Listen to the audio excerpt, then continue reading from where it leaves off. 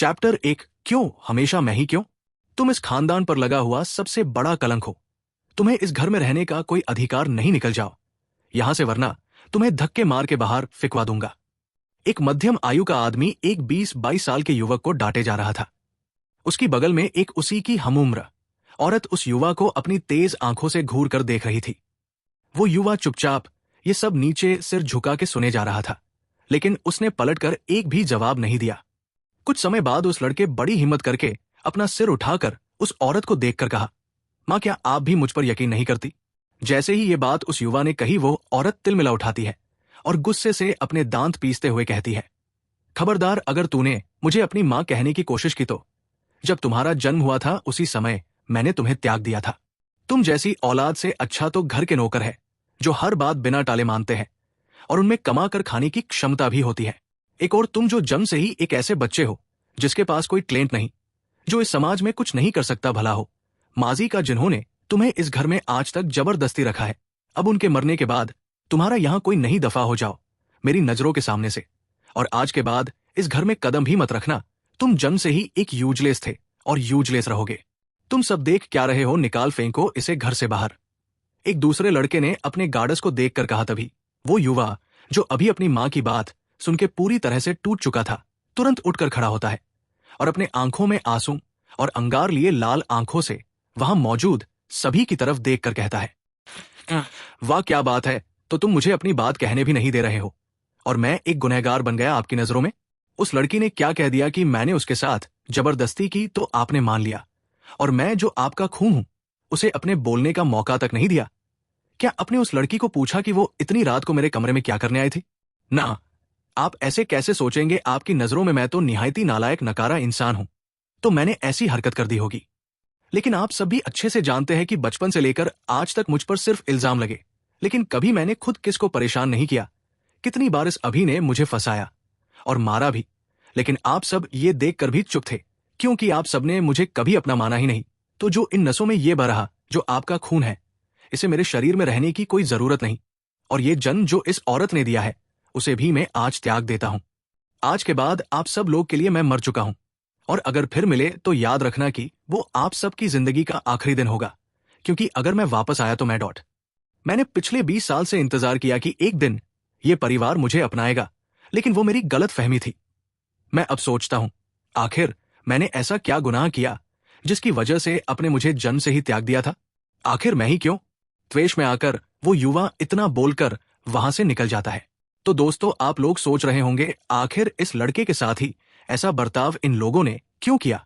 क्या था कारण जिसके वजह से उसकी अपनी मां उसे जन्म से ही इतनी नफरत करती है? इस लड़के का नाम है शौर्य, जो हमारी इस कहानी का नायक है, और उसे उसकी दादी की मृत्यु के बाद घर से निकाल दिया जाता है। उसके परिवार में उसके दादा, जो कि हेड ऑफ फैमिली है, दीनानाथ अग्निहोत्री, जो कि एक रिटायर्ड सरकारी अफसर थे, और उनके 3 बेटे और 2 बेटियां हैं। श्रीकांत अग्निहोत्री, जो कि उनका सबसे बड़ा बेटा, और उसकी पत्नी आशा। इन्हें 2 बेटे हैं, एक अभी और दूसरा विशाल। दुष्यंत, जो उनका दूसरा बेटा और शौर्य का पिता, और उसकी पत्नी रागिनी, जो कि शौर्य की माता है। इन्हें 2 बच्चे हैं, एक शौर्य और उसकी बहन सिया, जो कि उम्र में शौर्य से छोटी है। इसके बाद आते हैं उसके तीसरे चाचा राकेश और उनकी पत्नी सीमा। इन्हें 2 बेटियां हैं, जिया और प्रिया, जो कि ट्विंस है।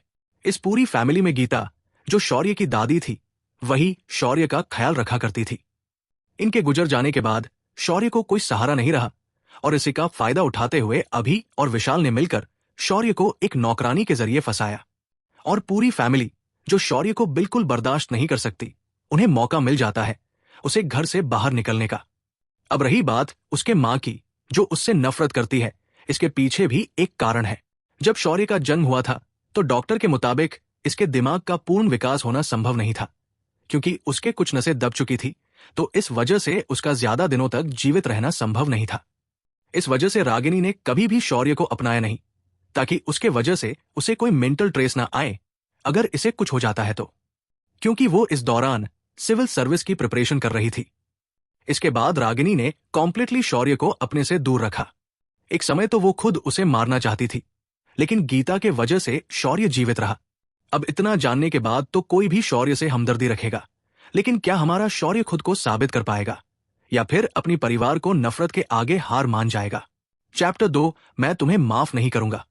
जब शौर्य अग्निहोत्री मैशन से निकलकर बाहर चला आता है तो उसके दिमाग में वही बातें घूम रही थी जो उसे उसके मां ने कही थी। बार बार रह रहकर उसे वो बातें याद आ रही थी। उसी उधद-बुन में शौर्य को पता ही नहीं चला कि कब वो समुद्र तट पर आ पहुंचा। अग्निहोत्री परिवार गुजरात के बड़े और शक्तिशाली परिवारों में से एक था, क्योंकि इनके घर में हर कोई सिविल सर्विस में था। इनके खानदान में कई IAS और IPS हुए थे। बिजनेस के मामले में भी ये परिवार पीछे नहीं था। इनकी पहचान सेंट्रल गवर्नमेंट में भी थी। ऐसा शक्तिशाली परिवार गुजरात के द्वारिका शहर, जो कि भगवान श्री कृष्ण की भूमि है, वहां रहता था। इनके घर से समुद्र तट ज्यादा दूर नहीं था, जिस वजह से शौर्य जब निकला वो कुछ समय में तट तक पहुंच गया था। तट पर आते ही शौर्य, जिसके आंखों से लगातार आंसू बह रहे थे, आसमान की तरफ देखकर जोर जोर से चिल्लाकर बोलने लगता है। आज मैं शौर्य उन सभी देवताओं से पूछता हूं, मैंने ऐसा क्या गुनाह किया कि मुझे अपने मां से नफरत मिली? मैंने ऐसा कौन सा गुनाह किया जिसके वजह से मुझे जन्म देने वालों ने मुझे ठुकरा दिया? मेरे जीवनी एक ही इंसान था जो मुझसे प्यार करता था। तुम देवताओं ने उन्हें भी मुझसे दूर कर दिया। आज मुझे इस प्यार शब्द से भी घिन आती है। मैंने अपने जीवन भर इंतजार किया कि आज नहीं तो कल मुझे वो प्यार मिलेगा जिसका मैं हकदार हूं, लेकिन नहीं, तुम देवताओं ने मेरे साथ छल किया है। उस औरत ने मुझे कहा कि मुझे देखने से उसे घिन आती है, तो उसने दिया हुआ ये जीवन में आज खत्म करता हूं, लेकिन अगले जन्म में अनाथ पैदा होना स्वीकार करूंगा, लेकिन फिर किसी औरत को मैं मां नहीं कहूंगा। मैं शौर्य ये प्रण लेता हूं कि मैं किसी औरत को मां नहीं कहूंगा। अरे देवताओं, तुम इतनी बढ़ाइयां मारते हो मां के प्रेम की, तो वो प्रेम मुझे क्यों नहीं मिला? इसका मतलब है कुछ माताएं कुमाता होती है, कुछ माता कुमाता होती है। आज ये साबित हुआ है। मैं तुम्हें माफ नहीं करूंगा, मैं तुम्हें माफ नहीं करूंगा। जब शौर्य ये बातें चीख चीख कर बोल रहा था तो आसमान में तूफान आने लगा था, मानो देवताओं को भी इस बात से बहुत गुस्सा आया हो। शौर्य का हर एक शब्द तीर की तरह दिल में लग रहा था और वह देवताओं को कोसते जा रहा था। जब चिल्ला चिल्लाकर उसका गला सूख जाता है तो वो एक गहरी सांस लेता है और तट के किनारे की सुरक्षा दीवार पर चढ़ जाता है।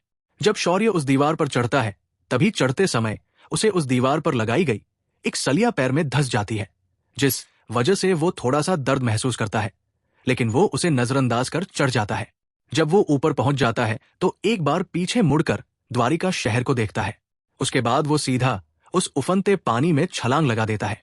धम के आवाज के साथ ही पूरा समुद्र शांत हो जाता है, मानो समुद्र भी उसकी भावनाओं से प्रभावित हुआ हो। इधर अग्निहोत्री मैशन में रागिनी अपने कमरे में इधर उधर फेरे लगा रही थी। उसके दिमाग में सिर्फ शौर्य की बातें घूम रही थी। शौर्य ने पहली बार उसे उन आंखों से देखा था जिन आंखों में इस बार सिर्फ उसके लिए नफरत थी।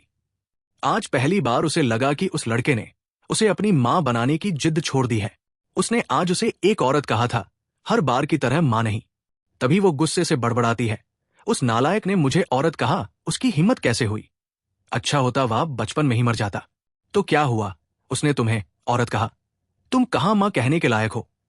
तुमने उसे उसके जन्म से ही ठुकरा दिया था, उसमें इतना चिढ़ने की कौन सी बात है? तभी दुष्यंत ने उसके पीछे से कहा, तुम तो रहने ही दो। अच्छा होगा अगर वो हमसे दूर चला जाए या अपने आप को कहीं छुपा ले, मैं उसका मुंह नहीं देखना चाहती। इतना कहकर रागिनी अपने कमरे की ओर चली जाती है। दुष्यंत बैठे बैठे एक गहरी सांस लेता है और उठकर बाहर चला जाता है। तभी अभी और विशाल दौड़कर उसकी तरफ आते हुए कहते हैं, चाचा जी, आज हमने जाकर शौर्य को अपने फैमिली रजिस्ट्री से हटवा दिया है। इसके बाद उसका हमसे कोई संबंध नहीं रहेगा। क्या? तुमने उसे फैमिली रजिस्ट्री से हटा दिया? ओ डॉट, ठीक है, जाओ तुम, अब मैं बाबूजी से मिलने जा रहा हूं। इतना कहकर दुष्यंत तुरंत अपने पिता के कमरे की ओर चला जाता है। कमरे में उसके बाबूजी एक रॉकिंग चेयर पर बैठकर आसमान की ओर देख रहे थे, जिसमें बिजलियां कड़क रही थी।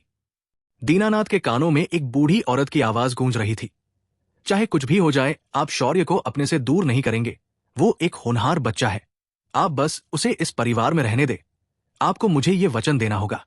तुम इसकी चिंता मत करो गीता, मैं उसे इस परिवार से दूर नहीं करूंगा। ये बातें दीनानाथ के कानों में गूंज रही थी।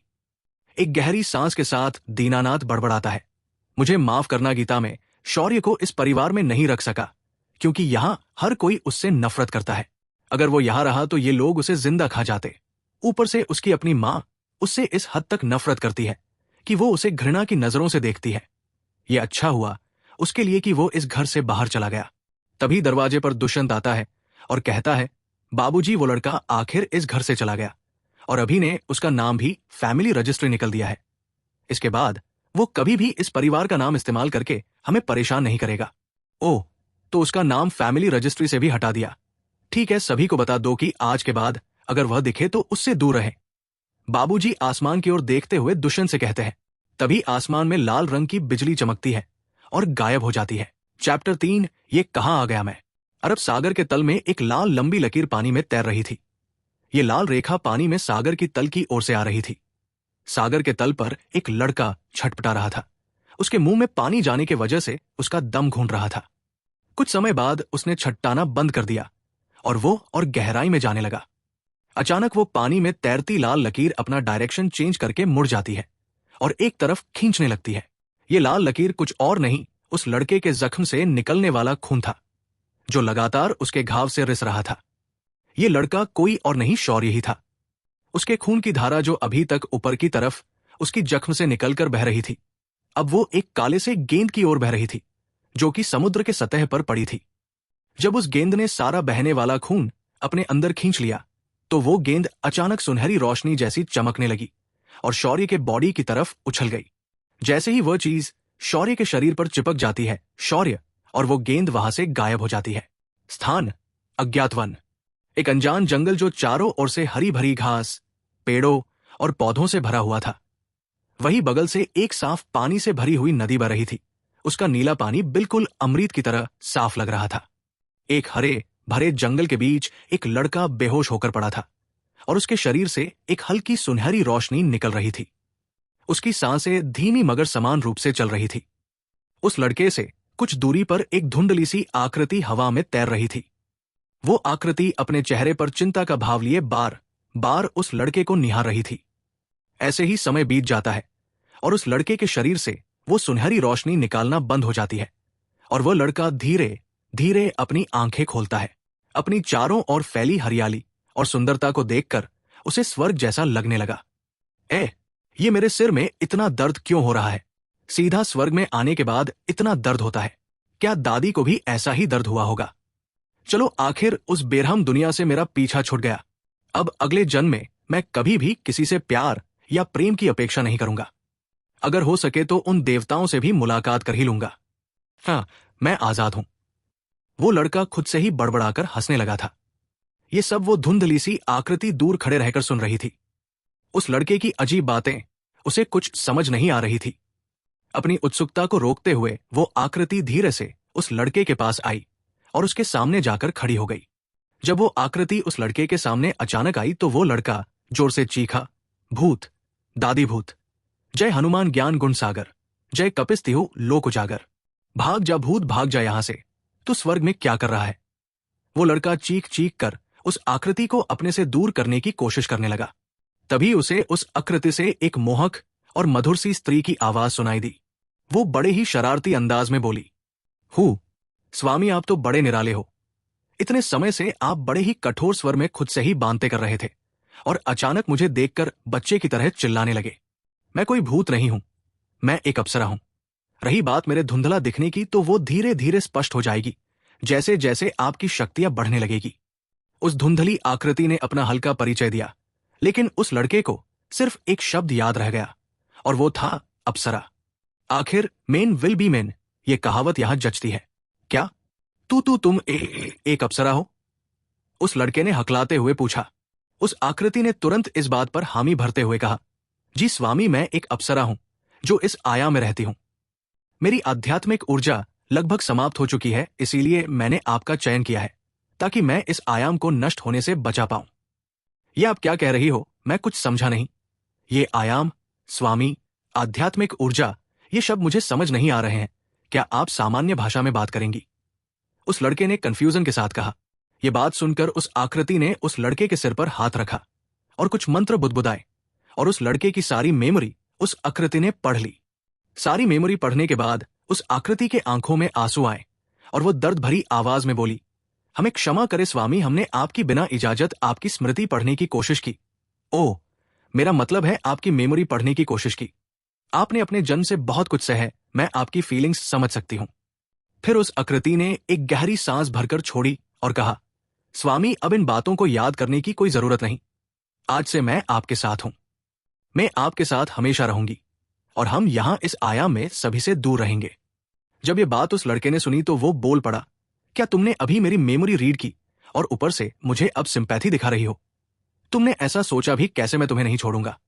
ऊपर से चोरी तो चोरी और सीना चोरी, और कब से मुझे तुम स्वामी स्वामी कहे जा रही हो? मेरा नाम शौर्य है, शौर्य, और ये आयाम क्या होता है? और मैं तुम्हारे साथ इस क्यों रहूंगा भला? बोलो, मुझे जवाब दो। तो अब आपको पता चल ही गया होगा कि हमारा शौर्य जिंदा है और यहां गुस्से में उस आकृति पर चिल्लाए जा रहा है। तब वो आकृति उसे शांत करते हुए कहती है, स्वामी, आप मुझे गलत समझ रहे हैं। मैं सिर्फ आपकी लैंग्वेज समझने के लिए आपकी मेमोरी रीड कर रही थी, लेकिन गलती से मैंने आपकी बाकी मेमोरी भी पढ़ ली, इसीलिए मैंने आपसे माफी भी मांगी है। मैं आपको स्वामी कह रही हूं क्योंकि आप मेरे स्वामी बन गए हो, मेरा मतलब मास्टर बन गए हो। और आयाम मतलब डायमेंशन, ये एक अलग डायमेंशन है जिसे स्पेस और टाइम के मदद से बनाया गया है। मैं इस डायमेंशन की गार्डियन हूं। मेरा नाम माया है और मुझे यहां इस डायमेंशन में इसके केयरटेकर की तरह कैद करके रखा गया था क्योंकि मैंने देवलोक में कुछ गलतियां की थी। तब शौर्य एक गहरी सांस भारत है और ऊपर आसमान की ओर देखकर बोलता है, लगता है मैंने इन देवताओं को कुछ ज्यादा ही भला बुरा बोला तो सालों ने मुझे यहां फंसा दिया। ये कहां आ गया मैं? चैप्टर 4, तट से टपके डायमेंशन में अटके। हरे भरे घास के मैदान में एक लड़का धुंधली सी आकृति के पीछे चल रहा था। वो आकृति माया थी और वो लड़का हमारा शौर्य और वो माया के साथ इस जंगल से बाहर की ओर जा रहा है। चलते चलते वो दोनों जंगल के बीच पहुंच जाते हैं। यहां पहुंचते ही माया वहां से गायब हो जाती है और शौर्य अकेला वही खड़ा रहता है। तभी उसे माया की आवाज कानों पर सुनाई पड़ती है, स्वामी, ये आपकी एक परीक्षा है, मेरा मतलब है आपकी एक टेस्ट होने वाली है। इतनी बात कहकर वो वहां से चली जाती है। अरे मेरी दादी माँ इतना तो बता देती कि इस टेस्ट में मुझे क्वेश्चन कौन से आने वाले हैं। क्या सारी अप्सराएं ऐसी ही होती है? साला, एक तो ये भी पता नहीं ये डायमेंशन है कौन सा और मैं यहां से बाहर कैसे जाऊंगा। एक बात तो पक्की है कि मैं मारा नहीं बल्कि यहां ट्रांसफर हुआ हूं। अब मुझे बिना वजह टेस्ट भी देनी है, क्या करूं? शौर्य माया के जाने के बाद फिर से अकेले बड़बड़ाने लगता है। चलो जो भी हो, मुझे यहां कोई परेशान करने वाला नहीं, मुझे सिर्फ आगे बढ़ते रहना चाहिए। जब कोई टेस्ट लेने आएगा तो कुछ तो लिख ही दूंगा, वो कहां मैथ्स के क्वेश्चन पूछेंगे। ऐसा मन में सोचकर शौर्य चलते चलते आगे बढ़ने लगता है। तभी उसे अपनी बाई ओर से एक आवाज सुनाई देती है। जब वो इस आवाज का पीछा करते करते वहां पहुंचता है तो सामने का नजारा देखकर हक्का बक्का रह जाता है। उसके सामने दो विशालकाय जीव एक दूसरे के साथ लड़ रहे थे। इनमें से एक 3 मीटर लंबा काले रंग का भालू था और दूसरा जीव एक भेड़िए को तरह दिखने वाला जीव था। ये जीव भेड़िया जैसा दिख रहा था मगर उसमें कुछ अलग था। जो भेड़िए में नहीं दिखता, ये जीव अकेला था और उसके सिर पर एक बड़ा सा सिंह दिख रहा था जो धीमी धीमी लाला रोशनी से चमक रहा था। जब इस लड़ाई को ध्यान से देखा तो पता चला कि भेड़िया लड़ाई हारने वाला था और भालू भी अपनी पूरी ताकत से उस पर हमला किए जा रहा था। शौर्य एक पेड़ के पीछे छिपकर ये लड़ाई देख रहा था। उसका मन कर रहा था कि जाकर इस लड़ाई को तुरंत रोके, लेकिन उसे भी ये पता था कि ये आसान नहीं है। कुछ देर बाद लड़ाई खत्म हुई और भालू लड़ाई जीतकर वहां से चला जाता है। शौर्य देखता है कि वो भेड़िया एक गुफा के आगे अभी भी डटकर खड़ा है। जब उसे लगा को ये भालू वापस नहीं आएगा तो भेड़िया उसी गुफा के आगे जमीन पर गिर जाता है। शौर्य इसे देखकर तुरंत उस ओर दौड़ जाता है। जब शौर्य उस जीव के पास पहुंचता है तो देखता है कि ये जीव एक मादा थी और वो अब पूरी तरह बेहोश हो चुकी है। शौर्य देखना चाहता था कि आखिर इस गुफा में क्या है जो ये भेड़िया प्रोटेक्ट करना चाहती थी। इसीलिए वो तुरंत उस गुफा के अंदर जाने लगता है। अंदर जाते वक्त उसका दिल जोर जोर से धड़क रहा था। उसे भी अच्छी तरह मालूम था कि अगर ये जीव जाग गया तो उसके एक वार से उसके परखच्चे उड़ जाएंगे। फिर भी वो अंदर जा रहा था। क्या करे, ये जो खुजली होती है ना कुछ नया जनने की, वो उस इंसान को एक तो मालामाल कर देती है या उसका सारा माल निकाल देती है। शौर्य गुफा के अंदर चलते जा रहा था। कुछ अंदर तक जाने के बाद बाहर से आने वाली रोशनी बंद हो जाती है। फिर भी उस अंधेरी जगह वो महसूस करता है कि उसके सामने नीचे जमीन पर कुछ छोटे जीव रेंग रहे थे। उसने आज बढ़कर उन्हें छुआ तो उसे पता चला कि उनके शरीर पर घने बाल है और ये दोनों जीव उस भेड़िए की तरह लग रहे थे। तो वो भेड़िया इनको मां है और वह इनकी रक्षा कर रही थी। वाह रे भगवान, तो तू मुझे ये बताना चाहता है कि मां बहुत महान होती है। तू कितना भी मुझे बताएगा तो भी मैं क्यों मानूंगा क्योंकि मेरी माँ तो ऐसी नहीं है ना। चलो बच्चों, तुम्हें एक बात बताता हूं। अगर तुम जन्म से ताकतवर या टैलेंटेड नहीं हो तो तुम्हें तुम्हारी माँ मुड़कर भी नहीं देखेगी। मैंने खुद देखा है, कुछ माँ ऐसी होती है। ऐसा सोचकर शौर्य उस जगह से खड़ा हुआ और गुफा से बाहर आया। जब उसने फिर उस जख्मी भेड़िए को देखा तो न जाने क्यों उसे बहुत ज्यादा गुस्सा आया। उसने उस आवेश में आकर तुरंत एक बड़ी सूखी नुकीली लकड़ी उठाई और उस भेड़िए के सीने में घूम दिया। वो गुस्से में दहाड़ा, मुझे सारी माताओं से नफरत हो चुकी है और मेरे सामने ऐसी ममता दिखाने की कोशिश मत करना। तभी तेज दर्द के कारण वो भेड़िया जोर से चीखी, तभी वहां पर माया आई और उसने उसके दिल में लगी लकड़ी को अपनी शक्ति से बाहर निकालकर फेंक दिया और उसके घाव ठीक कर दिए। जब ये सब शौर्य ने देखा तो वो झुंझलाते हुए बोला, मरने दो उसे बचाने की कोई जरूरत नहीं है। मेरे सामने ममता दिखाती है, मां की महानता बताती है, इसे तो मैं टुकड़े टुकड़े कर दूंगा। इतना कहकर शौर्य फिर से उस भेड़िए की ओर लपका, लेकिन उसे माया ने अपनी शक्ति से बांध दिया था। स्वामी, आप ऐसा नहीं कर सकते, ये सारे जीव आपके हैं, आप इन्हें नहीं मार सकते। माया ने समझाते हुए कहा, अगर ये मां न होती तो मैं उसे जरूर बचाता, लेकिन ये एक मां है और वो सिर्फ उसी बच्चे से प्रेम करेगी जो टैलेंटेड है, जो ताकतवर है। ये उस कमजोर बच्चे को छोड़ देगी। ऐसी मां को जीना नहीं चाहिए।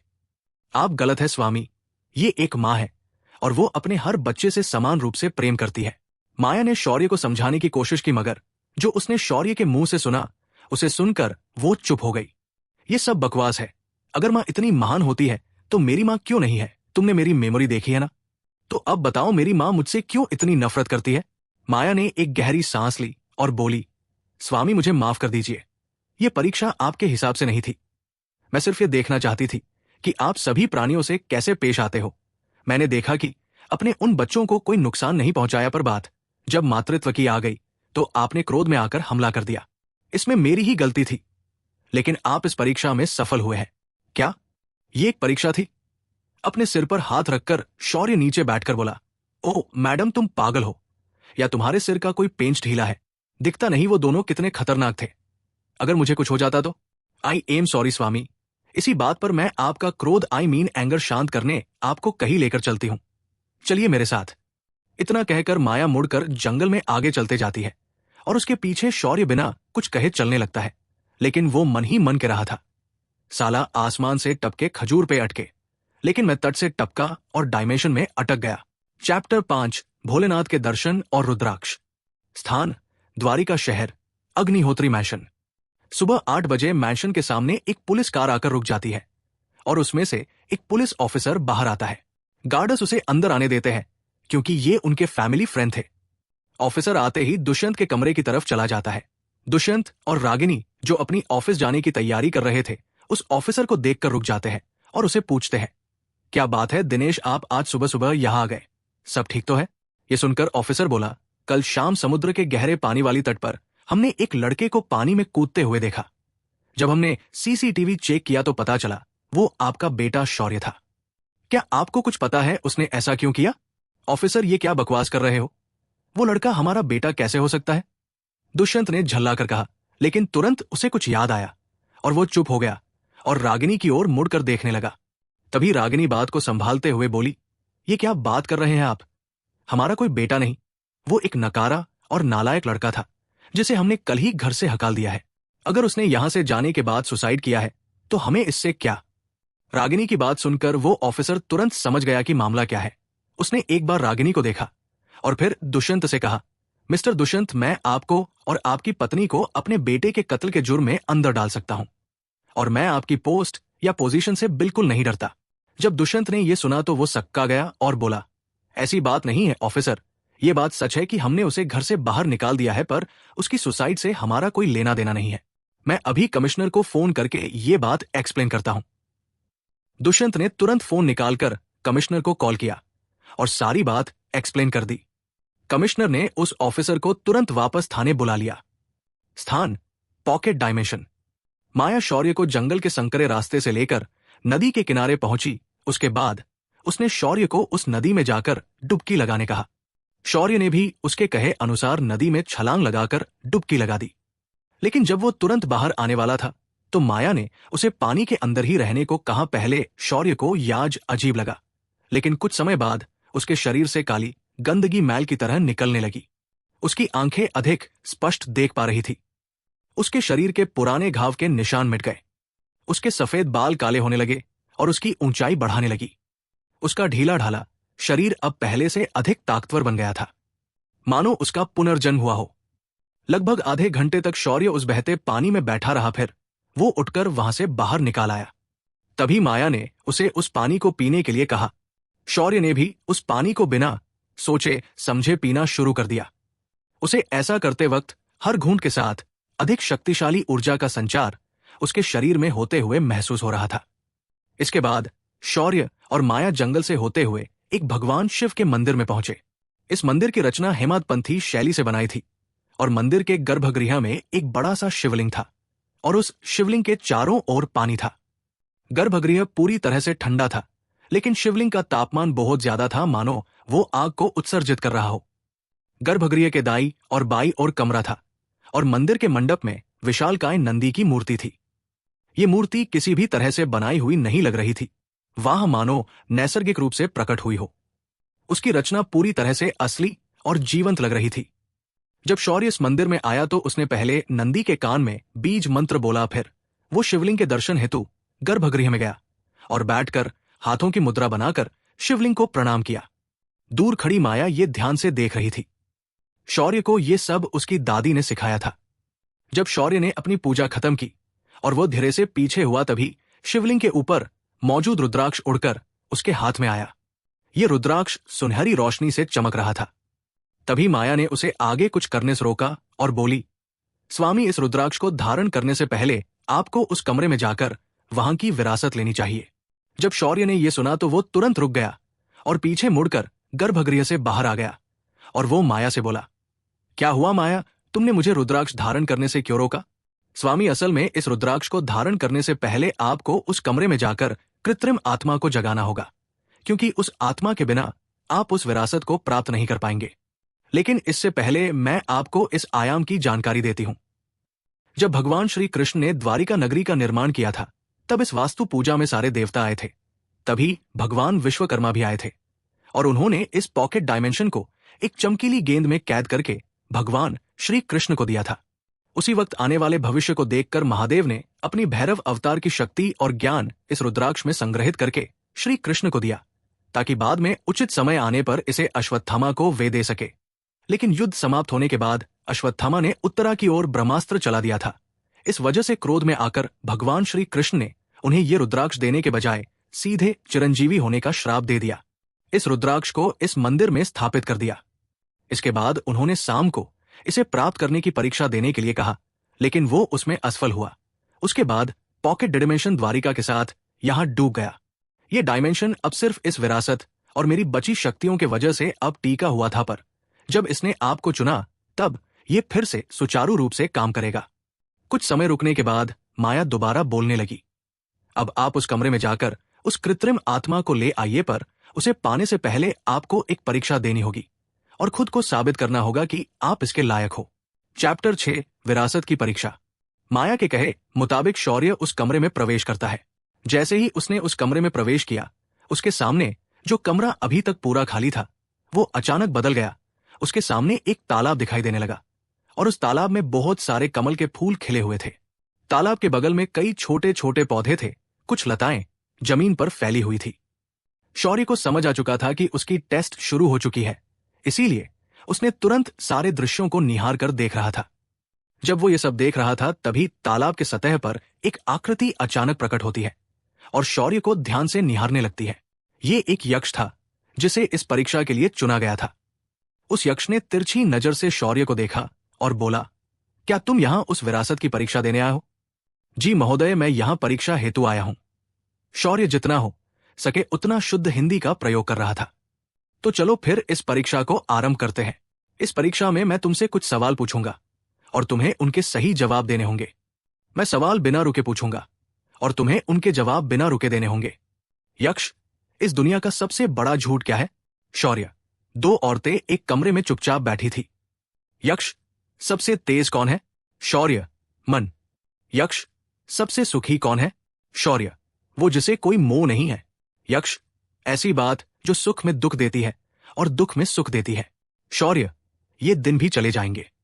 शौर्य के जवाबों से यक्ष खुश हुआ और उसने हाथ हिलाकर आगे जाने का मार्ग बना दिया। उसके बाद यक्ष शौर्य को देखकर बोला, बालक, तुम्हारे जवाब बहुत खास थे। क्या इससे पहले तुमने कभी इन्हें सुना था? जी नहीं, लेकिन मैंने ऐसे सवालों को पढ़ा जरूर था, और पूछने वाला भी एक यक्ष था और बताने वाले सम्राट युधिष्ठिर थे।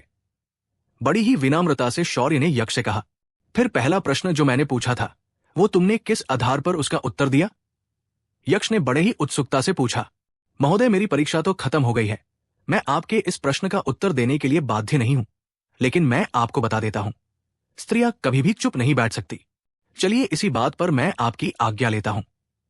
इतना कहकर शौर्य अगले चरण के रास्ते पे दौड़ने लगा। जब वो इस रास्ते से आगे पहुंचा, उसने देखा सामने एक गुफा बनी है और इस गुफा के बीच छोटा सा एक गोल तालाब था और उसके बीचों बीच एक मूर्ति रखी थी और उसके नीचे अर्धमागधी भाषा में कुछ लिखा था। शौर्य खुद एक इतिहास का पोस्ट ग्रेजुएट था, तो उसने कई प्राचीन भाषाओं को सीखा था। वो जरा पास जाकर उस लिखावट को पढ़ने लगा। उस पर लिखा था, न अस्त आसीत, नो इति सत आसीत, दानीम न आसीत, रजय नो इति व्योम प्रह यथ किम आ अवृवृति कुह कस्य शर्म अंभ किम आसीत गैनम गभीरम। इस सूक्त के नीचे एक देवता का वर्णन किया था जो अर्धमागधी लिपि में था, लेकिन भाषा प्राचीन संस्कृत थी। उस पर लिखा था, जो हिंदी में होता है वो देवता जो निर्माण का देवता है लेकिन विश्वकर्मा नहीं, वो देवता जो समय और आयाम का देवता है लेकिन काल नहीं, देवता जिसे विश्वकर्मा खुद पूछता है। इस देवता की पहचान बताओ और अगले चरण में प्रवेश प्राप्त करो। जब शौर्य ने इस पहेली को ध्यान से पढ़ा तो वो सोच में पड़ गया। वो कौन सा देवता है जो निर्माण का देवता था और समय और आयाम देवता भी था? जब वो ये सोच रहा था तो उसके सामने वाले तालाब में बहुत सारे पत्थर पानी के ऊपर आ गए। इन सभी पत्थरों पर एक एक अक्षर उकेरा गया था। जब शौर्य ने इसे ध्यान से देखा तो शौर्य को तुरंत एक नाम बनते हुए दिखाई दिया। वह था भैरव। लेकिन वो तुरंत रुक गया। भैरव तो युद्ध के देवता थे, तो उनका नाम नहीं हो सकता। फिर उसने अपने दिमाग पर पुनः जोर दिया और सोचने लगा। तभी उसे एक देवता की याद आई जिसे खुद विश्वकर्मा पूछते थे, जिसका उल्लेख एक उपनिषद में किया था। वह देवता थे त्वत्सर। ये एक निर्माण के देवता थे और वो स्पेस को भी बना सकते थे। वे एक आयाम को एक छोटे से वास्तु में छिपा सकते थे। फिर शौर्य ने उन पत्थरों को ध्यान से देखा और इस नाम के अक्षरों को जोड़ने लगा और उसे ये नाम मिल गया। शौर्य ने तुरंत त्वत्सर के नाम के अक्षरों पर कदम रखकर वो कूदते हुए उस मूर्ति के पास पहुंचा।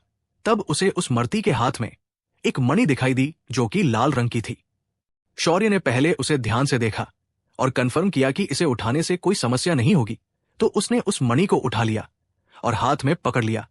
लेकिन उस मणि में कोई हलचल नहीं हुई, तो उसने उसे अपनी जेब में डाल दिया। यान वह मुड़ा तो देखा मूर्ति के पीछे एक रास्ता बना हुआ था जो आज तीसरे चरण की ओर जा रहा था। शौर्य ने उस रास्ते पर चलते हुए तीसरे चरण की ओर प्रस्थान किया। जब वो आगे आया तो देखा उसके सामने एक हादसा सर्कुलर मैदान था। उस मैदान की सतह प्राचीन पत्थरों से बनी थी और ये मैदान 7 छोटे से लेकर बड़े तक चक्रों से बना था। सबसे मध्य में सबसे छोटा चक्र था, उसके बाद उससे बड़ा और इसके बाद उससे बड़ा, ऐसे 7 चक्र इसमें थे। जब शौर्य ने मैदान में कदम रख दी, अचानक मैदान के चारों ओर एक अदृश्य दीवार बन गई। शौर्य को तभी खून की गंध आने लगी। जब उसने उस गंध की तरफ देखा तो वो हक्का बक्का रह गया। उसके सामने कई हिंसक प्राणी दिख रहे थे। शौर्य समझ चुका था कि तीसरे चरण में उसकी शक्ति को परीक्षा ली जाने वाली है। तभी हवा में उसके सामने एक तलवार प्रकट हुई। जिसने कभी अपने जीवन में एक कुत्ते को भी नहीं मारा, आज इन हिंसक प्राणियों के सामने खड़ा था। चैप्टर 7 आता माझी सटकली। शौर्य ने देखा कि उसके सामने एक तलवार प्रकट हुई है, तो उसने तुरंत उस तलवार को हाथ में ले लिया। शौर्य, जिसने अपने पूरे जीवन में कभी हाथ में लाठी नहीं पकड़ी, और आज वो तलवार चलाने जाने वाला था। उसके सामने जो हिंसक प्राणी थे वे दिखने में लकड़बग्गों की तरह दिख रहे थे, लेकिन उनके शरीर पर एक बाल नहीं था, मानो वो छिले हुए लकड़बग्गे थे। उनके मुंह से लार टपक रही थी, जिसे देखकर शौर्य को उल्टी करने का मन कर रहा था, लेकिन इन जानवरों को देखकर उसकी घिग्गी बन चुकी थी। जैसे तैसे उसने तलवार हाथ में ली और सीधा खड़ा हुआ। वो खूंखार जानवर भी उसकी तरफ धीरे धीरे आने लगे और शौर्य भी धीरे धीरे पीछे जाने लगा। कुछ समय ऐसा ही चलता रहा। तभी उन जानवरों में से सबसे कमजोर दिखाने वाले जानवर ने आगे आकर शौर्य को तरफ झपट्टा मार दिया। इस जानवर की ताकत की वजह से शौर्य पीछे जा गिरा और उसके सीने पर पंजे के निशान आ गए थे। उसके घाव से खून निकलने लगा और शौर्य को बहुत दर्द महसूस होने लगा। उसने जैसे तैसे खुद को संभाला और तलवार को टिकाकर फिर खड़ा हो गया। तभी एक और जानवर उसकी तरफ लपका और उसने उसके पैर पर काट लिया। उस जानवर के काटते ही शौर्य के मुंह से एक जोरदार चीख निकली और वह दर्द से तिलमिला उठा। अब शौर्य को समझ आ चुका था कि अगर उसने खुद को नहीं बचाया तो वो इन जानवरों का खाना बन जाएगा। अब उसके सामने लड़ने के अलावा कोई और ऑप्शन नहीं था। उसने एक बार और खड़े होकर तलवार को हाथ में पकड़ा और उन जानवरों की ओर देखने लगा। शौर्य को अब गुस्सा आने लगा था, ऊपर से यह दर्द उससे बर्दाश्त नहीं हो रहा था। शौर्य ने एक बार अपनी आंख बंद की, फिर उसने लंबी सांस के साथ आंखें खोली और उन जानवरों को देखने लगा। वो मन में ही बड़बड़ाया, आता माझी सटक ली। इसके बाद शौर्य ने ना आव देखा न ताव और उसकी तरफ आने वाले जानवर पर उसी तलवार से घुमाकर वार कर दिया। उसकी एक ही वार में वह जानवर 2 टुकड़ों में बट गया। जब उसने एक बार अपने डर पर काबू पा लिया, शौर्य ने फिर उसकी तरफ आने वाले हर जानवर को मुंहतोड़ जवाब देना शुरू किया। उसी की साथ ब जितना इन जानवरों को मार रहा था, उसकी अड्रेनालिन बढ़ने लगी। वो अधिक उत्तेजित महसूस करने लगा। शौर्य अब धीरे धीरे अपनी फट्टू रूप से बाहर आ रहा था और वो बड़ी बेरमी से इन जानवरों को काटे जा रहा था। भले ही उसने कोई प्रशिक्षण नहीं लिया था, फिर भी वो तलवार को धार की तरफ से घुमाए जा रहा था। जब एक एक करके हमला करने पर शौर्य उन्हें मात देने लगा तो सारे जानवर उसकी तरफ अब एक साथ बढ़ने लगे। इस मैदान में मौजूद जानवरों की संख्या लगभग 1000 थी। अब तक शौर्य ने सिर्फ 70-80 जानवर मारे थे। शौर्य ने फिर गहरी सांस ली और उन जानवरों की तरफ दौड़ पड़ा। अब शौर्य डर को पूरी तरह से भूल गया था। उसके चेहरे पर एक जुनून दिखाई दे रहा था और उसकी आंखों में एक प्यास दिखाई दे रही थी। पहले जिस खून की बदबू से वो उल्टी करता था, अब इस बदबू से उसे नशा होने लगा था। वो धीरे धीरे बदल रहा था। जब सभी जानवरों ने एक साथ उस पर हमला बोल दिया तो शौर्य रास्ते में आने वाले हर एक जानवर को 2 टुकड़ों में काटते हुए जा रहा था। उसे भी कई सारी चोटें आई थी। उसे कई जगह काटा गया था। उसके पूरे शरीर पर पंजों और नाखूनों के निशान दिख रहे थे। शौर्य जितना ज्यादा चोटिल होता, वह उतना ही ज्यादा ताकत के साथ उनसे लड़ने लगता था। लड़ाई के दौरान जिन जानवरों ने उसे काटा या पंजा मारा था, वो उन्हें पहले मारता था, और वह भी बड़ी बेरहमी से। वो पूरी तरह खून में नहा चुका था। इतनी घमासान लड़ाई के बावजूद उसके चेहरे पर थकान का नामो निशान नहीं था। वो बस पागल शेर की तरह उन जानवरों को काटते जा रहा था। लगभग 2 घंटे बाद लड़ाई खत्म हुई। अब उस मैदान पर एक खून में भीगा हुआ और एक शैतानी हंसी अपने चेहरे पर लिए एक लड़का बचा था। उसके अगल बगल लाशों का ढेर लगा था। लड़ाई खत्म होने के बाद धीरे धीरे सारी लाशें गायब होने लगी और शौर्य के शरीर पर लगे घाव भी ठीक होने लगे थे। तभी एक जोर की धमाकेदार आवाज के साथ वह अदृश्य दीवार टूट गई। अब शौर्य पूरी तरह शांत हो चुका था। अब वो सोच रहा था, वो फीलिंग कैसी फीलिंग थी? इसने मुझे लड़ते वक्त इतना उत्तेजित क्यों किया था? और मेरे सारे घाव भर गए हैं। फिर कुछ सोचते हुए वो मैदान के सामने बने प्लेटफॉर्म की ओर देख रहा था। उस प्लेटफॉर्म पर एक सुनहरा गोल मोती हवा में लटक रहा था। शौर्य तुरंत उस मोती के पास गया और उसने वो अपने हाथ में पकड़ लिया। उस मोती की चमक गायब हो गई और शौर्य ने उसे अपनी जेब में रख दिया। जैसे ही वो मोती शौर्य ने लिया, पूरा मैदान हिलने लगा, मानो वो मैदान अब डूबने वाला हो। तो शौर्य ने अपनी पूरी ताकत के साथ बाहर की तरफ दौड़ लगा दी। कुछ ही देर में शौर्य वहां से बाहर निकल आया। जब वो बाहर आया तो देखा कि माया अभी भी उसका इंतजार कर रही थी और वो उसे हैरानी से देख रही थी। साम ने इस परीक्षा को कई बार दिया, लेकिन वो कभी इसमें सफल नहीं हुआ था। लेकिन आज शौर्य ने माया को चौंका दिया था कि एक कमजोर लड़का जिसने अभी तक कोई युद्ध कला की ट्रेनिंग नहीं ली, वो इस परीक्षा में पास होकर बाहर आया था। जब शौर्य ने माया को देखा तो वो बोला, माया, अंदर मैंने बहुत कुछ सीखा और समझा भी, और मैंने बड़ी लड़ाई भी की। अब मैं बहुत थक गया हूं और मुझे भूख लगी है, तो कुछ खाने में मिलेगा? जब माया ने यह सुना तो वो तुरंत अपने विचारों से बाहर आकर बोली, स्वामी, अभी मैं आपको कुछ फल ही दे सकती हूं। आप यहां रुकिए, मैं आपके लिए कुछ फल लेके आती हूं। इतना कहकर माया अपनी जगह से गायब हो गई। कुछ देर बाद जब वो लौटी तब उसके हाथ में एक लाल रंग का एक पीच जैसा दिखने वाला फल था। शौर्य ने आगे बढ़कर उस फल को अपने हाथ में लिया और बड़े बड़े निवालों के साथ उसने इस फल को खत्म कर दिया। जब माया ने ये देखा तो वो पूरी तरह से दंग रह गई। वो कुछ बोलना चाहती थी लेकिन कुछ बोल नहीं पाई। चैप्टर 8, ये आत्मा जरा अजीब है। माया ने शौर्य को एक पीच जैसा दिखने वाला फल खाने दिया था और शौर्य ने उसे बिना सोचे खा लिया, लेकिन फल को खाने के बाद जो हुआ उसे शब्दों में बयां नहीं किया जा सकता। जैसे ही शौर्य ने फल खा लिया, वो फल उसके मुंह में घुल गया। उसकी मिठास मानो एक अलग ही लेवल पर थी। शौर्य ने ऐसा स्वाद पहली बार चखा था। वो उस स्वाद में खोस आ गया था। तभी उसके सारे बदन में करंट दौड़ने लगा और उसके बाद उसका सारा शरीर दर्द करने लगा। ये दर्द इतना ज्यादा था कि वो वही जमीन पर गिर गया। उसने जैसे तैसे करके माया से पूछा, ये क्या था और मेरे शरीर में दर्द क्यों हो रहा है? माया ने तुरंत जवाब दिया, स्वामी, ये एक आध्यात्मिक ऊर्जा का फल है। इसे खाने से पहले आपको साधना तकनीक सीखनी चाहिए थी, ताकि इसकी सारी ऊर्जा को आप नियमित कर पाते, पर मेरे कुछ कहने से पहले आपने इसे पूरा खा लिया। इसे सुनने के बाद शौर्य बोला, अब वो छोड़ो और मुझे बताओ, इससे मैं छुटकारा कैसे पाऊंगा? ये बड़ा ही सरल है। आपको पहले उस लाल मणि को निकालकर उस पर अपनी एक खून की बूंद डालनी है। इसके बाद वो लाल मणि आपके शरीर में समा जाएगी और इस ऊर्जा को आपके शरीर में एक जगह पर एकत्रित कर लेगी। माया ने अपनी हंसी को रोकते हुए कहा, फिर थोड़ा रुककर एकदम सीरियस होकर बोली, स्वामी, इस मणि में भगवान त्वस्तर के खून का अर्क यानी एसेंस है। जब ये आपके शरीर में जाएगा तो आपके शरीर में आमूलाग्र बदल होंगे। आपको उनकी शक्तियां अंशतः मिल जाएंगी। शौर्य ने इस बार सारा दर्द सह, लेकिन माया की पूरी बात को ध्यान से सुना। उसे पता चल गया था कि अगर नहीं सुना तो फिर से कोई नई मुसीबत आ जाएगी। उसने माया के सूचना अनुसार अपने उंगली पर अपने शर्ट में लगे पिन से एक छोटा घाव किया। उसमें से खून की एक बूंद बाहर निकली। उसने उस बूंद को उस लाल मणि पर डाल दिया। बूंद गिरते ही वो मणि उसके शरीर में चली गई।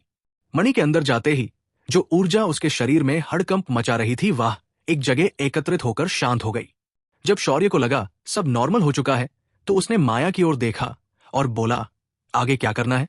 स्वामी, अब आपको वो सुनहरा मोती निकालकर उस पर अपने खून की बूंद डालनी है। माया ने एकदम शांत होकर जवाब दिया। जब उसने सुना उसे फिर से खून निकलना है, तो वो मन ही मन सोचने लगा, ये सारी चीजें खून क्यों मांग रही है? कुछ और नहीं चल सकता। एक तो मेरे शरीर में पहले ही खून नहीं है। ऐसा सोचते हुए उसने फिर अपनी उंगली में पिन चुभा दे और एक और बूंद बाहर निकली। उसने फिर अपनी जेब से वो मोती निकालकर उस पर वो बूंद उड़ेल दी। बूंद गिरते ही वो मोती भांप बन गया और एक सुनहरी रोशनी उड़कर उसके सिर में घुस गई। जब वो रोशनी उसके शरीर में गई तो उसके दिमाग में एक आवाज आई, विश्वकर्मा के बच्चे, मेरा इंतजार करना, मैं आ रही हूं तुमसे मिलने। मैं तुम्हें ऐसा पीटूंगी कि तुम उसे युगों युगों तक याद रखोगे। ये मेरा यजमान शरीर तुम्हें नहीं छोड़ेगा। जब ये आवाज शौर्य ने सुनी तो वो सोचने लगा, ये आत्मा बड़ी अजीब है। तभी फिर आवाज आई, मैं अजीब नहीं हूं, मैं एक अमर परजीवी, सबसे होशियार, बलाशली, सर्वज्ञ आत्मा हूं। शौर्य ने यह सुना तो उसने माया से पूछा, क्या तुम्हें भी वो आवाज सुनाई दे रही है? नहीं स्वामी, मुझे ये आवाज सुनाई नहीं दे रही है। ये जरूर उस कृत्रिम आत्मा की आवाज होगी। स्वामी, ये कृत्रिम आत्मा आपके समय के आर्टिफिशियल इंटेलिजेंस की तरह होती है, लेकिन ये उससे ज्यादा एडवांस है। माया ने कुछ सोचते हुए जवाब दिया। तभी शौर्य के दिमाग में वो आवाज फिर सुनाई दी, यजमान, क्या आप मुझे सुन सकते हैं? हाँ, मैं तुम्हें सुन सकता हूं, पर ये यजमान क्या होता है? क्या तुम जरा आसान भाषा में बात करोगे? शौर्य ने जरा खिसियाकर कहा, क्या इतनी आसान भाषा तुम्हें समझ में नहीं आई? आप तो बड़े अजीब हो। ठीक है, फिर मैं आपकी स्मृति से आपकी भाषा सीख लेती हूं। इतना कहकर वो आवाज चुप हो गई और शौर्य की मेमोरी को स्कैन करके नई भाषा को सीख लिया। ओ मां, माताजी, कितनी अजीब भाषा है। उन अंग्रेजों ने इतना हमारी भाषा पर इफेक्ट किया कि तुम अब अपनी शुद्ध भाषा नहीं बोल पा रहे हो। साला अपुन को लग रहा था अपुनिच थोड़ा पागल है, लेकिन तुम्हारे ब्रेन में तो इतना लोचा है कि मैं खुद कंफ्यूज हो गई हूं। जब शौर्य ने यह सुना तो उसके सिर में दर्द होने लगा। ये सीधा रो वाटर से मटमैला पानी कैसे हुआ? शौर्य फिर एक लंबी सांस लेकर कहा, तुम जो भी हो, मेरे दिमाग में शोर मचाना बंद करोगी, और तुम्हें जो काम कहा जाएगा बस उतना ही करो, और ये फालतू की बकवास बंद करो। जब उस कृत्रिम आत्मा ने यह सुना तो वो तुरंत चुप हो गई, मानो वो रूठ गई हो। कुछ देर बाद वो बोली, I am very sorry host for creating trouble for you. I will definitely follow your all orders and I will only speak when it is needed. Shaurya जो सोच रहा था कि अब ये चुप हो जाएगी, उसकी शुद्ध इंग्लिश सुनकर चकरा गया और बोला, मुझे माफ करना, लेकिन आप सिर्फ काम की बातें करेंगी तो मुझे समझने में आसानी होगी, इसीलिए मैं चिल्लाया। लेकिन याद रखना, सिर्फ काम के वक्त ही बात करना, या फिर आप मुझसे जब मैं अकेला होता हूं तो गप्पे लड़ा सकती है, लेकिन अभी हम एक सीरियस बात के लिए यहां आए हैं। वैसे तुम मुझे शौर्य बोल सकती हो, और मैं तुम्हें किस नाम से बुलाऊं? होस्ट, मेरा नाम संस्करण 108 है, लेकिन आप मुझे अब सिस्टम बोल सकते हो। उसके दिमाग में आवाज आई, क्या सिस्टम? तुम खुद को सिस्टम बुलाना चाहती हो? हाँ, क्योंकि मैंने आपकी मेमोरी में एक नॉवेल में पढ़ा था सिस्टम के बारे में। मेरा भी काम कुछ ऐसा ही है, लेकिन घबराओ मत, मैं आपको कोई मिशन नहीं दूंगी, बल्कि मैं आपको सिर्फ गाइड करूंगी आपकी ट्रेनिंग में। तभी माया की आवाज आई, स्वामी, क्या आप उस आत्मा से जुड़ चुके हैं? अगर हाँ तो अब रुद्राक्ष को धारण कीजिए। शौर्य ने हाँ में अपनी गर्दन हिलाई और उस रुद्राक्ष को अपनी जेब से निकाला। माया उस रुद्राक्ष को लेकर मंदिर में चली गई। उसके पीछे शौर्य भी चला गया। मंदिर में पहुंचकर माया ने उस रुद्राक्ष को शिवलिंग के सामने रखकर उसके विधिवत पूजा की, फिर उसे शौर्य को दिया। शौर्य ने इस रुद्राक्ष को हाथ में लिया और महामृत्युंजय मंत्र जपने लगा। कुछ ही देर में उस रुद्राक्ष से एक सुनहरी रोशनी निकली और शौर्य के शरीर में समा गई। चैप्टर 9, युद्ध के देवता की विरासत। एक प्राचीन मंदिर के अंदर एक लड़का जो पद्मासन में बैठकर ध्यान कर रहा था। उसके बगल में एक धुंधली सी आकृति खड़ी थी और वो उसे कुछ बता रही थी। ये दोनों शौर्य और माया थे, और अब माया शौर्य को रुद्राक्ष धारण करने की प्रक्रिया समझा रही थी। उसके अनुसार शौर्य को उस रुद्राक्ष को अपने माथे पर लगाना था, और उसके ऐसा करते ही ढेर सारी जानकारी और मेमोरीज उसके दिमाग में एक सुनहरी रोशनी के साथ समा गई। तभी जो कृत्रिम आत्मा उसके शरीर में थी, उसने उस जानकारी को शौर्य के दिमाग में सॉर्ट करके एडजस्ट किया। जब सारी जानकारी उसके दिमाग में स्थापित हुई तो उसको सिस्टम ने उसे उसका नोटिफिकेशन एक स्क्रीन के रूप में दिखाया। उस स्क्रीन पर लिखा था, युद्ध के देवता की विरासत सक्सेसफुली इंस्टॉल हो चुकी है, उसे आत्मसात करने के लिए आज्ञा दे। शौर्य ने उसे मन में ही हाँ कहा तो पूरी जानकारी शौर्य के दिमाग में ट्रांसफर होने लगी। यह ट्रांसफर बहुत ही कंट्रोल तरीके से हो रहा था। अगर शौर्य उस रुद्राक्ष को सीधे धारण कर लेता तो उसका दिमाग फट जाता। पूरी ट्रांसफर प्रक्रिया लगभग 4 घंटे तक चली। शौर्य अब तक पसीने में डूब चुका था और उसकी सांसें तेज हो चुकी थी। इस पूरी प्रक्रिया के दौरान उसके दिमाग पर बहुत जोर पड़ रहा था। ट्रांसफर प्रोसेस कंप्लीट होते ही वो बेहोश होकर सो गया। कुछ समय बाद जब शौर्य को होश आया तब वो उठकर बैठ गया। उसने अपने आसपास देखा तो पाया कि वह किसी पैलेस जैसे कमरे में एक बेड पर सोया हुआ है। उसने तुरंत पाया कि माया वही बेड के सामने बैठकर उसी की तरफ एक टक देखे जा रही थी। शौर्य ने अपनी आवाज साफ करते हुए कहा, मेमोरी ट्रांसफर ठीक से पूरा हुआ है, अब आगे क्या प्लान है? माया धीरे से बोली, स्वामी, अब आपको उस मेमोरी में मिले ज्ञान के आधार पर खुद के साधना की शुरुआत करनी होगी। साथ ही साथ युद्ध कला का अभ्यास भी करना होगा। ठीक है, मैं कल सुबह इस काम को शुरू करूंगा, अब काफी रात हो चुकी है, तुम भी आराम कर लो। शौर्य ने इतना कहा और वो उसी बेड पर फिर से लेट गया। माया भी वहां से चली गई। फिर उसने अपने सिस्टम से पूछा, सिस्टम, मुझे युद्ध के देवता की साधना तकनीक दिखाओ। जी होस्ट, साधना तकनीक लोड हो रही है। भैरव साधना को शुरू किया जा रहा है। इसके बाद सिस्टम शौर्य को साधना तकनीक के अनुसार गाइड करते जा रही थी और शौर्य उसके अनुसार स्टेप्स फॉलो कर रहा था। भैरव साधना में शरीर के साथ मुख्य चक्रों के अलावा बाकी सूक्ष्म चक्रों को भी एक साथ जागृत करना पड़ता है। हर मुख्य चक्र में 30 सूक्ष्म चक्र थे। इस साधना को करते वक्त वातावरण में मौजूद आध्यात्मिक ऊर्जा को अपने शरीर में प्रवाहित करके उसे हर चक्र में स्टोर करना पड़ता है। शौर्य ने उसी के अनुसार आध्यात्मिक ऊर्जा को महसूस करके उसे अपने शरीर में जमा करना शुरू किया। क्योंकि शौर्य ये पहली बार कर रहा था तो उसे शुरुआत में थोड़ी कठिनाई महसूस हुई, लेकिन कुछ देर बाद वो आध्यात्मिक ऊर्जा को इस तरह सोख रहा था मानो कोई वैक्यूम क्लीनर उसे खींच रहा हो। इस रफ्तार से शौर्य को मूलाधार चक्र और उसके सूक्ष्म चक्रों को जागृत करने में ज्यादा समय नहीं लगा। उसके बाद शौर्य ने स्वाधिष्ठान चक्र को जगाना शुरू किया। उसकी कुंडलिनी शक्ति आध्यात्मिक शक्ति के साथ घुल गई थी और एक सिल्वर रंग का वाले शौर्य के आसपास दिखाई देने लगा। सुबह तक शौर्य अपने दोनों चक्रों को पूरी तरह से जागा चुका था। कुछ समय बाद वहां माया पहुंची। जब शौर्य ने उसे देखा तो वो चौंक गया। उसके सामने एक दैवीय लिबास पहने एक लड़की खड़ी थी। उसका रंग दूध की तरह सफेद था। उसके लहराते लंबे काले बाल उसकी कमर तक आ रहे थे। उसने अपने सिर पर सुनहरे चैन से बनाया हुआ छोटा और बहुत ही नाजुक दिखने वाला मुकुट था। उसके ओंठ बिल्कुल गुलाब की पंखुड़ियों की तरह थे। उसके दोनों गाल पर डिंपल्स थे। उसका शरीर भरा हुआ और मादक था। शौर्य ने कब उसे देखा तो वो उसे देखता ही रह गया। उसके सामने सचमुच की एक अप्सरा खड़ी थी। उसका मुंह खुला का खुला रह गया था। तभी माया बोली, स्वामी अब देख कर हो गया हो तो आगे की बात करें। हाँ जरूर, लेकिन तुम इतनी कैसे बदल गई? शौर्य ने हकलाते हुए जवाब देकर अपना सवाल पूछा। स्वामी ये तो आपका ही कमाल है।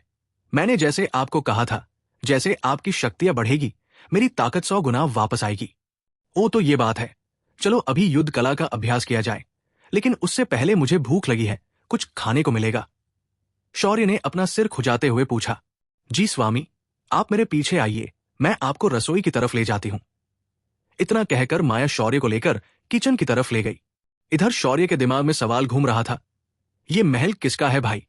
कहीं हम किसी और के घर में तो नहीं आए हैं? अगर ये घर किसी और का हुआ तो इसका मालिक हमें नहीं छोड़ेगा। ऐसा सोचते हुए शौर्य चलते हुए माया के पीछे जा रहा था, लेकिन माया उसे ध्यान से ऑब्जर्व कर रही थी। शौर्य के चाल में एक बदलाव दिखाई दे रहा था। वो अब ज्यादा कॉन्फिडेंट लग रहा था। साथ ही साथ उसके शरीर से एक साधक की आभा निकल रही थी।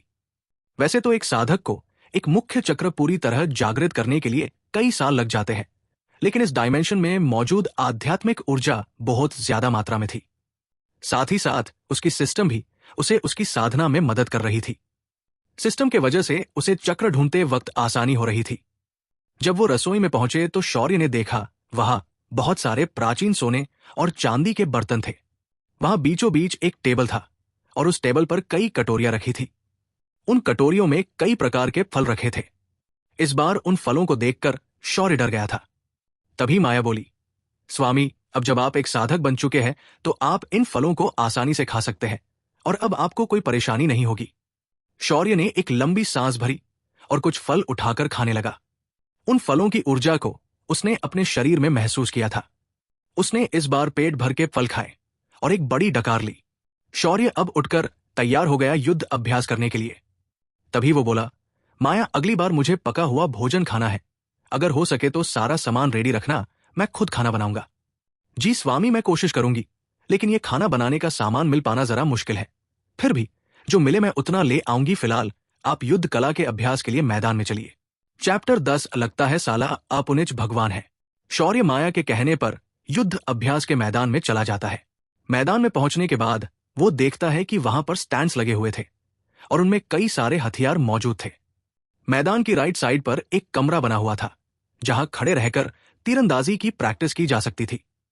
मैदान के लेफ्ट साइड पर कई सारे धातु के पुतले खड़े किए थे और उनके ऊपर लाल रंग के निशान मार्क किए गए थे। मैदान के सामने एक बड़ी दीवार बनी थी और उस दीवार पर एक युद्ध कला के चित्र बनाए थे। इन चित्रों में एक योद्धा अलग अलग मूवमेंट्स करते हुए दिखाया गया था। इस योद्धा के हाथ में कोई हथियार नहीं था, वो सिर्फ अपने हाथों से वार कर रहा था। मैदान के बीचों बीच एक अखाड़ा बना हुआ था जो कि देसी कुश्ती के लिए उसे होता है। उसकी मिट्टी बड़ी नरम थी। इन सभी हथियारों को देखकर शौर्य खुश हुआ। उसने तुरंत उनमें से एक तलवार उठानी चाहिए, लेकिन माया ने उसे रोक दिया। स्वामी मुझे माफ करें, लेकिन आपको सबसे पहले बिना हथियार के लड़ना सीखना होगा। आप उस दीवार पर लगे चित्रों के हिसाब से अपनी मूवमेंट करेंगे। अगर आप उसे ठीक कर लेते हो तो वो चित्र बदल जाएगा और आपको अगली मूवमेंट का चित्र मिल जाएगा। जब तक आप इसे परफेक्ट नहीं करते ये चित्र नहीं बदलेगा। माया ने बड़े संयम के साथ उसे एक्सप्लेन किया। शौर्य ने यह सुना तो वो तुरंत अखाड़े में उतारा। अपने जूते खोलकर उसने पहले अखाड़े को प्रणाम किया। उसने कई बार टीवी पर देखा था पहलवान कैसे अखाड़े की रिस्पेक्ट करते थे। तभी माया बोली, स्वामी आपको उससे पहले अपनी पोशाक, मेरा मतलब है ड्रेस चेंज करनी होगी। आप सामने वाली रूम में जाकर अपने ड्रेस चेंज कीजिए। शौर्य तुरंत दौड़कर रूम में गया और अपने कपड़े बदलकर बाहर आया। उसने अभी सिर्फ एक धोती पहनी थी जो कि घुटने तक बंधी थी, बिल्कुल एक कलारी प्रैक्टिशनर की तरह। लेकिन आपको लग रहा होगा इसने इस धोती को कैसे पहना?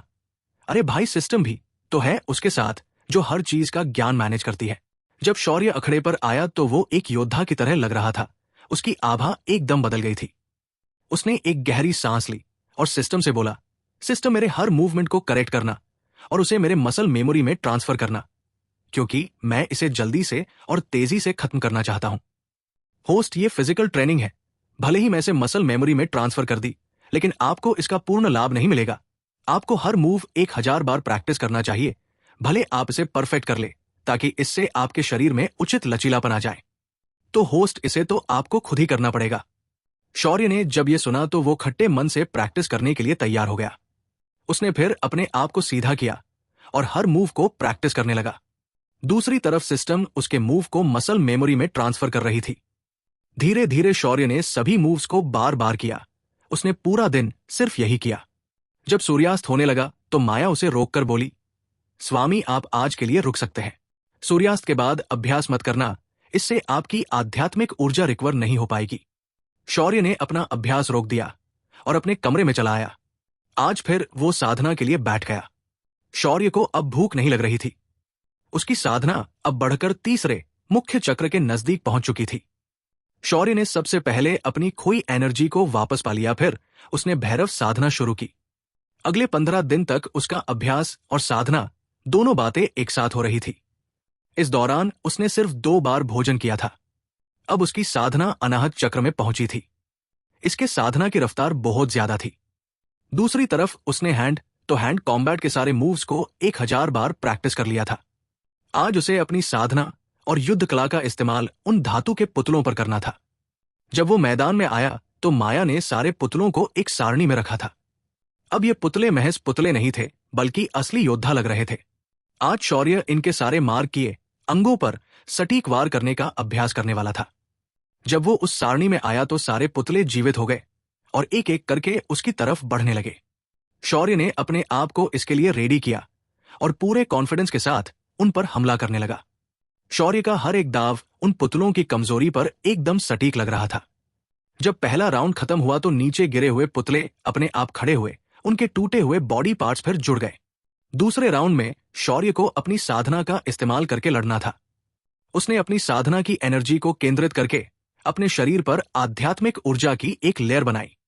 फिर उसने लड़ना चालू कर दिया। अब उसे अपनी जादुई ताकत और सिद्धि का इस्तेमाल करके देखना था। उसने अलग अलग मंत्रों का इस्तेमाल करके 5 महाभूतों का आवाहन किया और उन पुतलों पर टूट पड़ा। शौर्य जिसने भैरवी साधना की था, उसके सारे सूक्ष्म चक्र भी जागृत थे। इस वजह से वो सामान्य साधक से कई गुना अधिक ताकतवर था। उसके एक एक हमले से वो उन पुतलों को कई हिस्सों में तोड़ रहा था। उसके हमले के आगे उसके समान स्तर पर साधना रखने वाले पुतले टिक नहीं पाए। इसके बाद शौर्य ने दिन भर इस क्रिया को दोहराया। धीरे धीरे उसके अंदर की छुपी हुई पर्सनैलिटी बाहर आने लगी। उसका हर अटैक अब बेरहमी से भरा हुआ था, मानो वो कोई पागल शेर हो जो रास्ते में आने वाले हर दुश्मन को मौत के घाट उतार रहा हो। जब माया ने ये दूर से देखा तो वो चौंक गई। ये एक जन्मजात बैटल इंटेंट है जो करोड़ों में से एक में होती है। ऐसी क्षमता सिर्फ बर्बरीक में थी। एक ऐसा योद्धा जो अकेले महाभारत का निर्णय कर सकता था। कुछ देर बाद सूर्यास्त के वक्त शौर्या ने अपना अभ्यास रोक दिया और बिना कुछ बोले अपनी रूम की ओर जाने लगा। तभी उसके सिर में एक आवाज आई, होस्ट यार, तुम तो कमल आदमी हो। तुम्हारा शरीर स्पेशल है। तुम्हें पता है अभी तुम जिस तरह से लड़ रहे थे, इतने कंसंट्रेशन के साथ, और तुम उसे एंजॉय भी कर रहे थे। इसे बैटल इंटेंट कहते हैं। जब तक तुम शांत हो और तुम्हें गुस्सा नहीं आता तुम नॉर्मल रहोगे, लेकिन अगर किसी ने तुम्हें ट्रिगर कर दिया तो तुम अपने आप को भी नहीं रोक सकते। कब शौर्य ने सिस्टम की बात सुनी तो वो बोल पड़ा, सिस्टम अगर ऐसा हुआ तो फिर मैं अपने आप को कैसे रोकूंगा? अरे भाई, तू टेंशन न ले, अपन इसको कंट्रोल कर सकता है, तो तू सिर्फ अपनी पढ़ाई पे ध्यान दे, टेंशन नथी लो। शौर्य ने इसे सुनने के बाद एक लंबी सांस ली और बोला, थैंक यू सिस्टम, तुम ना होते तो मुझे कौन मदद करता।